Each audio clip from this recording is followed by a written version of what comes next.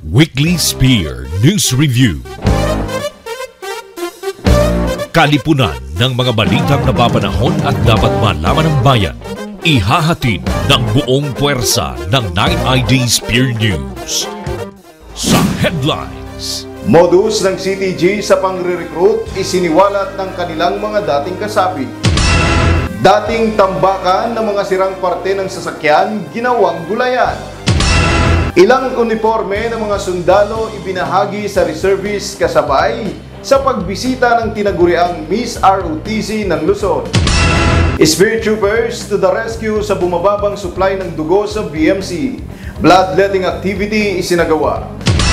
Ating alamin sa trivia ni Tito Bal, mayroon din kayang tangke de gyera ang 9ID. Magandang araw, Bicolancia, at sa lahat ng nanonood nating mga kababayan dito sa ating programang Weekly Spear News Review. Ako po si Giro Banania at sa detalye ng ating mga balita. Modus ng CTG sa pangre-recruit isiniwalat ng kanilang mga dating kasapi. Narito ang report. Si mga daipa nagbabalik loob, ma-encourage na magbalik na sinda, mamuhay ni maayos. Kabuang 54 na mga former rebels ang iniharap ng 903rd Infantry Brigade sa media kasabay ng isinagawang presentation of former rebels sa lalawigan ng Sorsogon nitong nakaraang Miyerkules, Oktubre 11. Sa nasabing programa ay isinalaysay ng mga dating kasapi ng Communist Terrorist Group ang kanilang mga karanasan sa kilusan, gayon din ang panlilinlang na ginagawa ng grupo.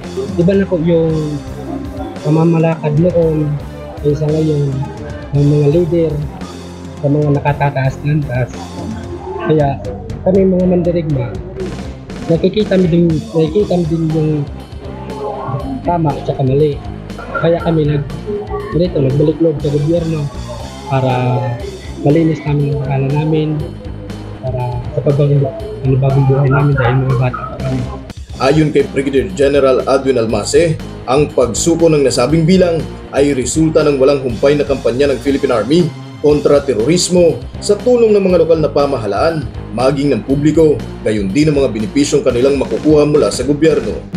Una sa lahat, ang kanilang pagsuko ay resulta yan ng walang humpay na kampanya natin kontra terorismo. At kasama natin dito at binibigyan ng importansya yung partisipasyon na rin ng ating mga LGUs through their local chief executives. Kasama na si Kapitan, kasama na si Mayor, at kasama na si Governor. Lalo higit sa lahat, yung naging factor din sa kanilang pagsuko ay yung nakikita nilang kagandahan na rin ng mga nihahatid na serbisyo ng ating mga tao sa pamahalaan. Iprinisinta rin sa programa ang mga armas na isinuko ng nasabing mga individual sa mga line unit ng 9ID na kinabibilangan ng 9 CMO Battalion, 22nd IB, 31st IB at 96 Military Intelligence Company na nasa pangangasiwa ng 903rd Infantry Brigade. Kapayapaan para sa lahat. Giro Banania, Spear News. Dating tambakan ng mga sirang parte ng sasakyan, ginawang gulayan. Ang detalye ating alamin kay Cristina Tole. Mula sa pagiging tambakan, ito na ngayon ang itsura ng isang ektaryang lupain sa loob ng 9th Infantry Division na pinangalan ng Supportador Farm sa ilalim ng pangasiwa ng 9th Service Support Battalion. Ayon kay Lieutenant Colonel Norleo Adulam, ang nasabing inisyatibo ay bahagi ng kanilang pagsuporta sa programa ng pamahalaan ukol sa food security at pagpapakita na ang mga sundalo ay hindi lamang nakatuon sa pakikipagbakbakan, kundi maging sa pagpapalago ng agrikultura.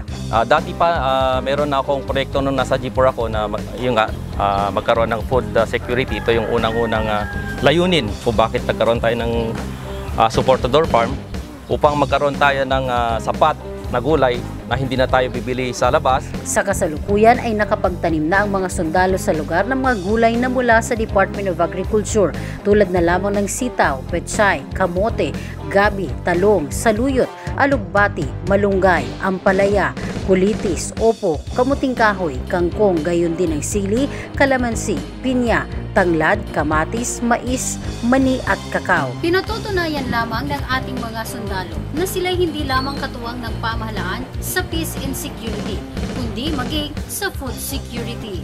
Maliban dito, sinimula na rin ng unit ang pag-aalaga ng mga manok na ngayon ay nagsisimula na ring mangitlog at susundan ng pag-aalaga ng baboy. Nasisiguro mo na walang kimikal, walang na-spray yung makakain mo, madadala mo sa pamilya mong gulay. Hindi tulad ng bibili mo dyan sa palengke, mahal na, marami pang kimikal, hindi mo pa alam kung ilang araw na yan na storage. Yun yung kagandaan ng sariling garden. Samantala, hindi lamang ang SSBN ang may ganitong programa dahil maging ang mga unit sa ilalim ng 9th ID ay nagsagawa rin ng kaparehong inisyatibo. Totoo nga ang magtanim ay biro, ngunit kung mahal mo ang iyong ginagawa, kapalit nito'y walang kapantay na kaligayahan, lalo na kung ang iyong pinaghirapan ay magbubunga ng kapakinabangan para sa karamihan. Kapayapaan para sa lahat. Christina Tole, Spear News. Ilang uniforme ng mga sundalo ibinahagi sa reservist kasabay sa pagbisita ng tinaguriang Miss ROTC ng Luzon. Ang detalye ihahatid ni Eden Flororita. Ito ang seremonyang handover and awarding ceremony ng 9th ID sa 5th RCDG, 1702nd Reserve Infantry Brigade at kay Miss ROTC Luzon. Sa panguna ni Brigadier General Jaime A. Abawag Jr., Assistant Division Commander ng 9th ID, ay naiabot ng personal kay Colonel Rodaltan at retired Colonel Paul Rehencia ang ilang filler pot at lumang BDU na magagamit ng mga reservists. So napakalaking bagay ito, especially sa mga active youth service natin na patuloy na naglilingkod sa mga communities all over Bicolandia. Habang isinabay din ang pagbibigay ng pagkilala sa opisyal, gayon din kay Miss Angel Brahms Bernaldez ng Rapu-Rapu Albay na siyang magre-representa ng Luzon sa Miss ROTC. So the ROTC is not just a ROTC.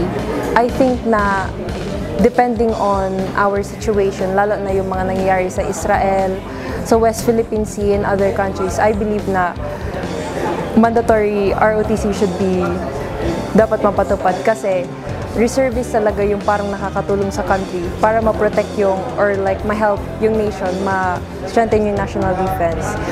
Samantala, pinatunayan naman ng ilang ROTC cadets mula sa Alphelor Senior Memorial College Incorporated ang kanilang galing sa ginawang assemble at disassemble ng M1 rifle at 1911 pistol na baril na bahagi ng kanilang pagsasanay sa darating na kompetisyon sa University of Eastern Philippines 61st Army ROTC Activation Day sa Oktubre 14. Kapayapaan para sa lahat. Eden Flororita, Spear News. Spirit Troopers to the rescue sa bumababang supply ng dugo sa BMC. Bloodletting activity isinagawa. Ang detalye ihatid ni Maymay Guibillas.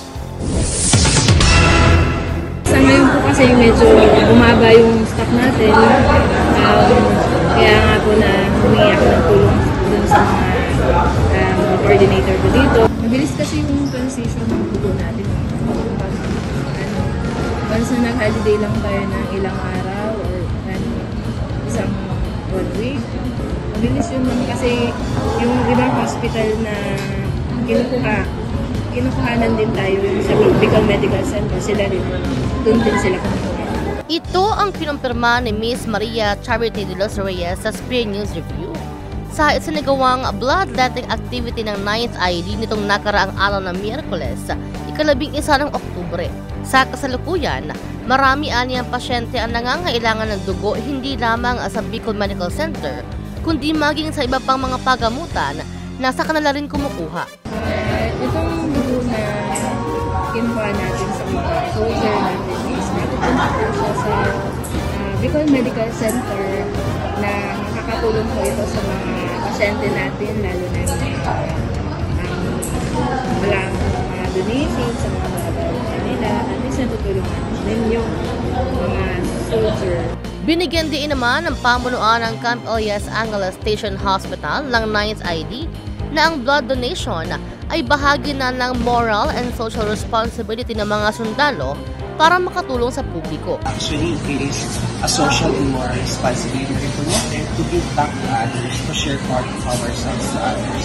Sabi nga, laking tagline nila din is, when you donate blood, you save lives. Isa sa voluntaryong nagbigay ng kanyang dugo sa aktibidad ay ang commanding officer ng Signal Battalion. Actually, in the first place, save lives, no? Kailangan. And secondly, for health. We know naman na pagka nare-replenish yung dugo natin ng bago, maging benefits natin. So, pwede mo rin siya akong donate sa maganda yung feeling and soul sa akin. Habang naging na ring regular ang pag-donate ng dugo ng isang enlisted woman na nag-umpisang mag-donate mula nang siya ay pumasok sa serbisyo.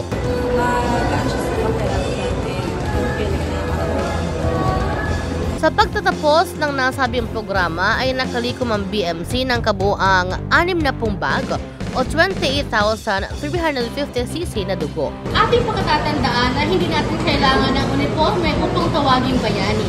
Dahil sa ganitong aktibidad, sundalo ka man o sibilyan, basta may hangaran makatulong sa kapwa, saludo kami sa inyo.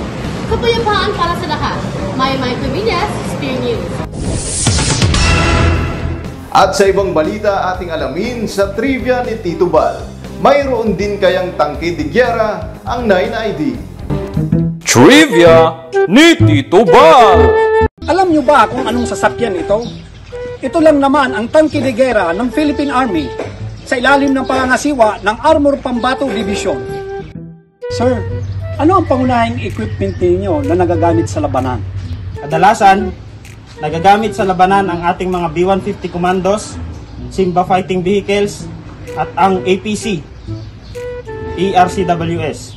Ang mga ito ay may akma at napatunayang epektibo laban sa mga rebelde, gaya noong Marawi Siege, na kung saan maraming unit ng Philippine Army ang nagbigay ng kanilang mga testimonya tungkol sa malaking tulong ng mga armored asset, lalo na sa pagdating sa pagpasok at pagbuwag ng mga malalakas na tanggulan o stronghold ng mga kalaban. Dito sa 9ID, sa pangunan ng 21st Cavalry Matindi Company, ay may tangke rin na naka-alerto upang tumugon sa oras na kailanganin ito. Ito ay hindi kayang tagusin ng bala mula sa maliit hanggang sa medium size na armas. Armado din ito ng 50 caliber machine gun at 60 caliber machine gun, Simba Fighting Vehicle at Armored Personnel Carrier o APC. Maliban dyan, ang APC ay isa ring remote controlled weapon system at may kakayahang makita ang kalaban sa pamamagitan lamang ng init ng katawan o thermal imaging sa araw o gabi. Kaya rin itong basukat ang layo ng target sa pamamagitan ng laser range finder. Habang ang B-150 Commando naman ay may kakayahang mag-operate sa iba't ibang uri ng terrain. Ang tangke ay may napakahalagang kagamitan ng Armed Forces of the Philippines upang mapanatili ang kapayapaan at seguridad ng ating bansa. Ito ay may malalaking sasakyan pandigma na may malakas na makina, kalasag na proteksyon at kakayahan mang-abante at umatake ng mga kalaban. Sa katangian nito ng tangke de gyera, ito ay isa sa itinuturing na pinakamahalagang armas ng Armed Forces of the Philippines sa mga operasyon tulad na lamang ng nangyari sa Marawi Siege. Ang mga armas na ito ay hindi lamang nakasentro sa pagbibigay opensa sa bawat labanan dahil ito rin ay isang kagamitang tumitiyak sa seguridad ng mga sundalo bilang depensa sa gitna ng mga labanan. At yan ang ating munting kalaman. Mula dito sa 21st Cavalry Matindi Company, ako po si Tito Bal. Ang mayang kalaman! Para sa mga susunod pang dagdag kalaman, itanong mo lang kay Tito Bal. I-type lang sa ating comment section ang iyong katanungan at huwag kalimutan ang hashtag na Tito Bal What Now? At yan ang mga balitang aming tinutukan sa loob ng isang linggo dito sa Weekly Spear News Review. Para sa pagkakaisa, patuloy po nating suportahan ang mga programang pangkapayapaan ng Philippine Army. Kapayapaan para sa lahat. Jero Banania, Spear News. Sundalong maaasahan sa paghahatid ng mga makabuluhan at totoong mga balita. Weekly Spear News Review. Thank you for your support by watching this video. Kung gusto niyo makatanggap ng mga balitang gaya nito, please like and share this video. And subscribe this YouTube channel.